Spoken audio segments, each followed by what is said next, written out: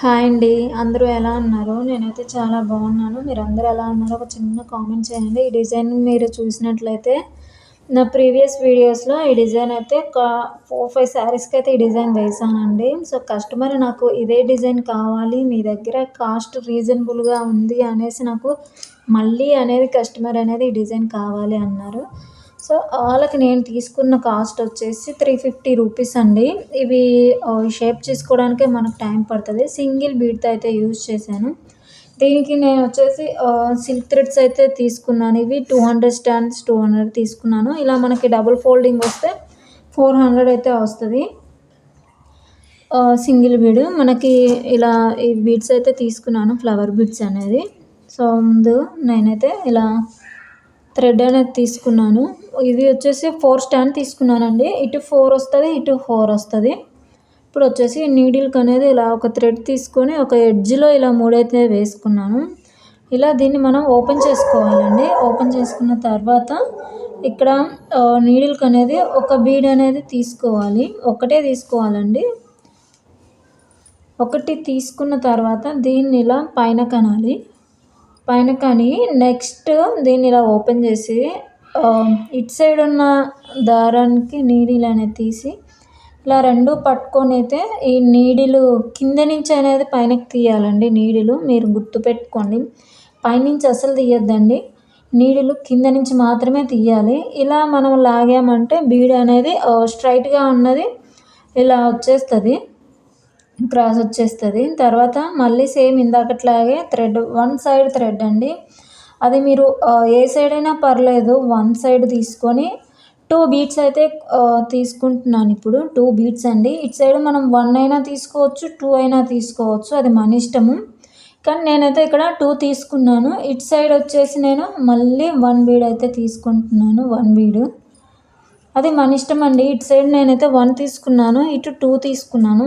మీకు కావాలి అంటే ఇటు 2 తీసుకోవచ్చు, ఇటు 1 అయినా తీసుకోవచ్చు. నేనైతే ఇలా తీసుకున్నాను. ఇప్పుడు సేమ్ అట్లాగే ఈ నీడి థ్రెడ్ అనేది ఈ మనం 1 బీడ్ అయితే మనం ఎటు సైడ్ తీసుకుంటామో ఈ 1 బీడ్ తీసుకున్న సైడు థ్రెడ్ అనేది తీసి ఇలా 2 బీడ్స్ ఉన్నాయి కదా, ఈ 2 బీడ్స్ తీసుకుని ఇలా పట్టుకొని ఈ 2 బీడ్స్ ఉన్నాయి కదా, ఈ కింద బీడ్ నుంచి పైనకి అనేది నీడిల్ అనేది తీయాలండి. ఒక బీడ్కే తీయాలి, 2 బీడ్స్కి అయితే కుచ్చకూడదు. ఒక సింగిల్ బీడ్ చివరున్న బీడ్కే గుచ్చి మళ్ళీ థ్రెడ్ అనేది ఇలా లాగామంటే మనకి ఇలా ఫ్లవర్ షేప్ అనేది వస్తుంది. మనము ఇలా ముడి వేసేటప్పుడు కొంచెం లూజ్గా వేసాం. నేనైతే లూజ్గా వేస్తున్నాను. మీకు వద్దు అనుకుంటే కొంచెం టైట్గానే వేసుకోవచ్చు. నేనైతే ఇలా లూజ్గానే వేసాను కొంచెం. నేను ఎందుకు అలా లూజ్ వేసానంటే మనం ఇప్పుడు టాజిల్ కట్టాలి కదా, అందుకోసం అనేది నేనైతే లూజ్గా ఇలా గ్యాప్ అయితే వస్తుంది. గ్యాప్ వద్దు అనుకుంటే టైట్గా కట్టుకుంటే సరిపోయిద్ది. సో, ఇక్కడ నేను 1 బై 1 అయితే వేసాను. బ్లూ, గ్రీను, ఇలా బ్లూ కలర్ అయితే తీసుకున్నాను. ఇందాక నేను గ్యాప్ ఎందుకు పెట్టాను అన్నాను కదా, ఇలా గమ్ పెట్టినప్పుడు మనకు ఆరాలండి. ఇలా గుచ్చాలంటే ఈ గ్యాప్లో థ్రెడ్ అనేది టాజిల్ అనేది మనం ప్రిపేర్ చేసుకోవాలి.